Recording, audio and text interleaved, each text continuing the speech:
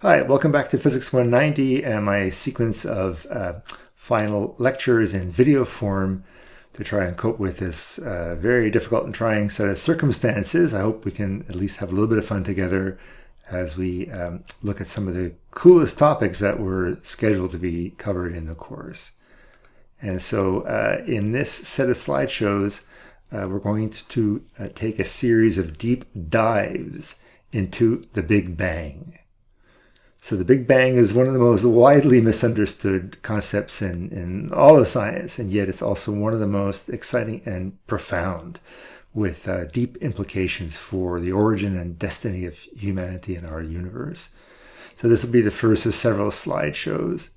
In this one, we're going to go back to Hubble's law and explore its connection with the age of the universe. This is a remarkable relationship that's very interesting and very important, and I alluded to it a little bit in my earlier slideshows, but it fits here rather nicely, so we'll go through that, and then we'll take the first of our deep dives.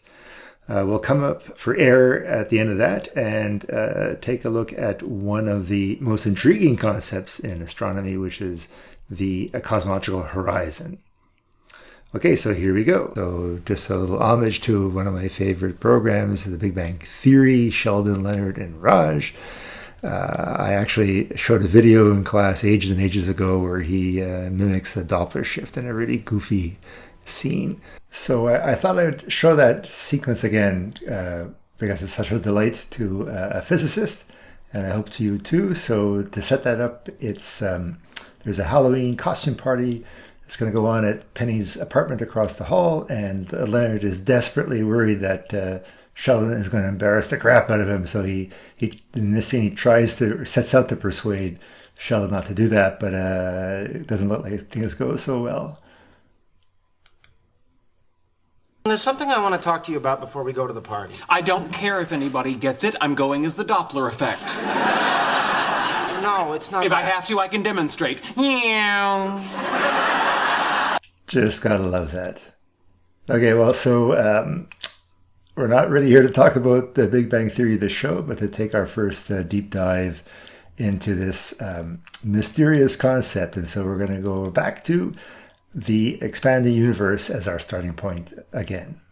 Okay, so we've talked before about the idea that we could run the movie backwards, so to speak, and think about the universe being, for example, large distances between galaxies today, relatively speaking, and smaller distances in the past.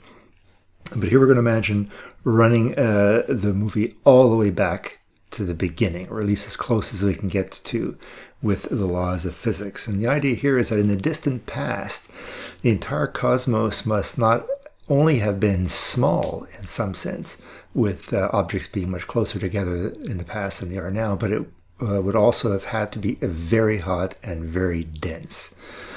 And the kind of environment that we're talking about, physicists will often describe that as a fireball. Shortly after the universe was created, the conditions were like that of a fireball. Okay, to help motivate the idea of these conditions of a fireball shortly after the creation of the universe, I've got a demo that I always do in class. I'm going to try and recreate it here from home. We call it the fire piston demo. So this is how it's going to work. So I've got two tubes, an inner tube and an outer tube with a plunger. So the inner tube is basically a chemist's tube, and I'm going to put this inside the outer tube to guard against the thing, shattering. And then I'm going to put a piece of flash paper inside. So this is flash paper, basically tissue paper that's been immersed in nitric acid, and that has the effect of lowering the ignition temperature on this considerably, to just a few hundred degrees. And so I'm going to put that inside the inner tube, and I'm going to shove that to the bottom. See that? And then I'm going to put back the piston. Now, in a moment, I'm going to turn the lights out so you can see this a little bit better. But the idea is I'm going to press down on the piston. And the energy that I'm going to provide, the work I'm going to do on the piston, it will compress the air inside the inner tube. And as the air gets compressed, it'll get heated, and it'll get heated enough to cause the little piece of tissue to go up in flames for a very short period of time. Okay, so now it's time for me to turn off the lights.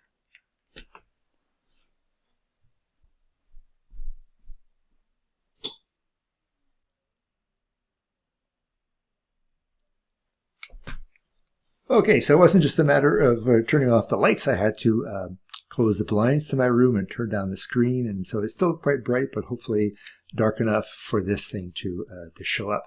So I'm going to go 3, 2, 1, trigger, and hit on the piston. So here we go. 3, 2, 1, trigger. Ah! Did that work? Did you see it? Okay, so looks like it worked.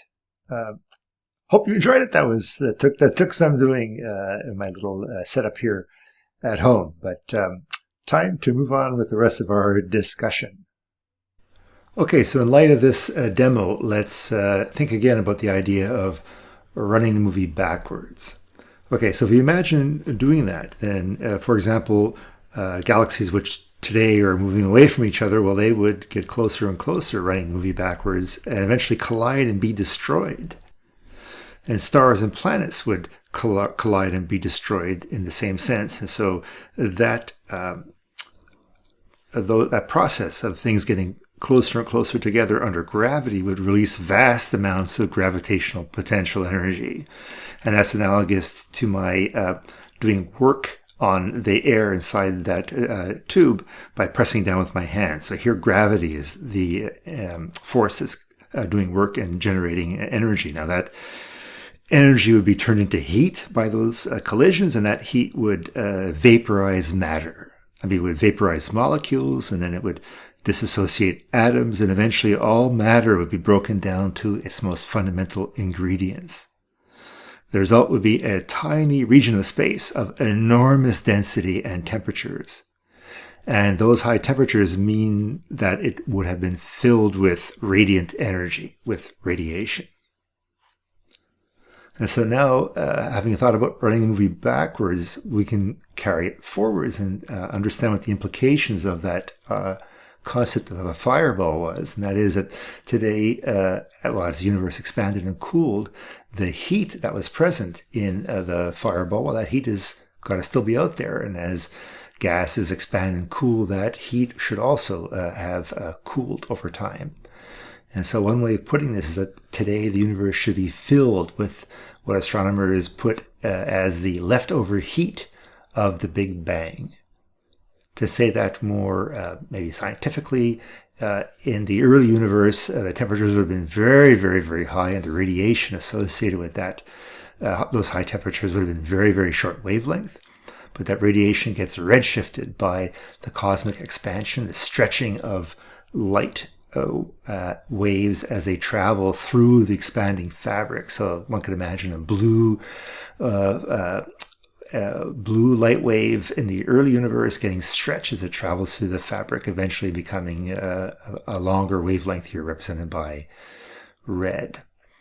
And so astronomers use a particular term to refer to this radiation that we think should be still present in the universe, the leftover heat of the Big Bang, as a cosmic background.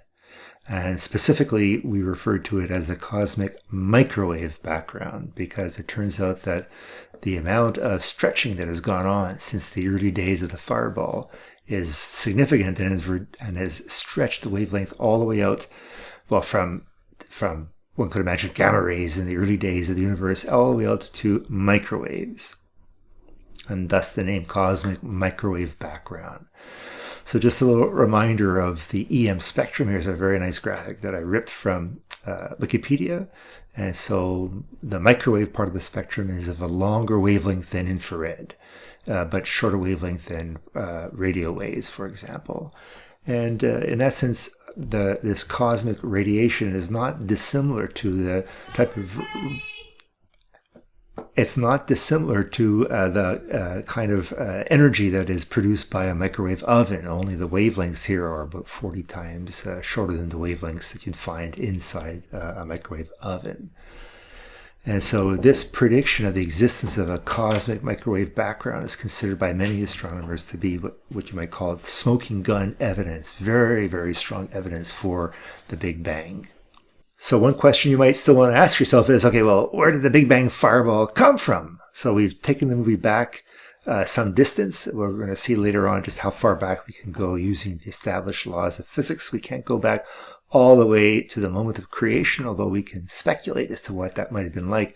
So where did it all come from? Well, that's going to have to wait for a second or third deep dive. Okay, so for now, to recap this picture that we've put together of the leftover heat of the Big Bang, here is a deceivingly simple but useful graphic. So what I'm trying to describe with this purple region is what astronomers would refer to as the observable universe. Not necessarily, in fact, not the entire universe by any means. Okay, before I go on with that, you might be wondering what gives me the right to put the Earth at the center of the observable universe. Well, this goes back to a discussion we had in my previous set of slideshows. Everybody sees themselves as being at the center of the cosmic expansion, as beautifully illustrated in this video of a two-dimensional model. The universe is, one way on the balloon, the other way on the balloon. Everybody sees everybody else moving away. So why is there a limit to what we can see in the universe? Why would there be more than is observable to us at a given time? And the reason is that looking out into space is also looking back in time. Actually, this language that we commonly use is really all wrong. We don't look out into anything. We sit here on the Earth as passive receivers of radiation that comes to us from elsewhere. But nonetheless, we'll use that language. So since it takes time for light to reach us from any point, that means we can only see that object as it was in the past, when the light was emitted. That's the same, say, if you're talking to another person, you don't see them as they are right now, you see them as they were nanoseconds ago. It doesn't take light that long to travel from one person to another when you're in close proximity, but over the entire extent of the universe, well, that can take an appreciable amount of time.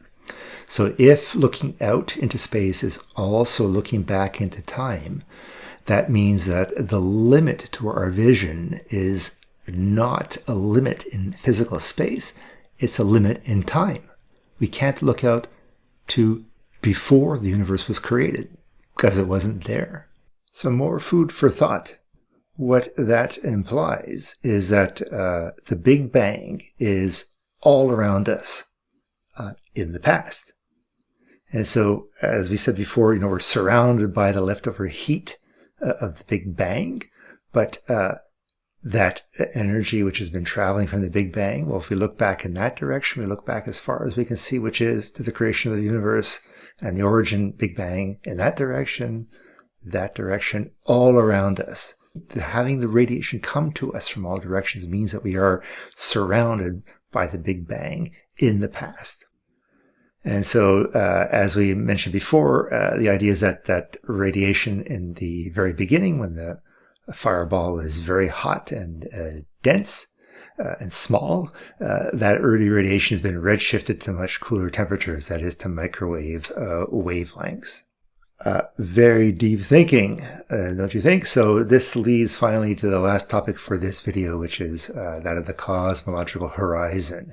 By the way, we often use the letter CMB, cosmic microwave background, for short. That limit to our vision, with the Big Bang being all around us, that limit is actually expressed, I think, very nicely in one of the plates that you'll find in the Science Plaza that is anchored by the observatory over there. So I think it's the very last plate just before the starry walls. So these plates represent different objects or different distances, different sizes or different distances. And if you stand on one plate, the idea is you take a step And the next plate represents a scale that is 10 times larger than the plate that came before. So way down over on the east side of the plaza, you'd find a plate that says 1 meter humans.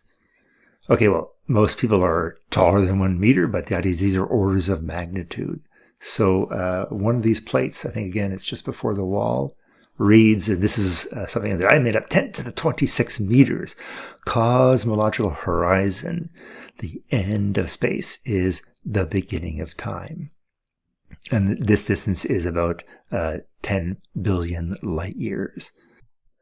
Okay, so that brings us to the end of this first slideshow on deep dives into the Big Bang.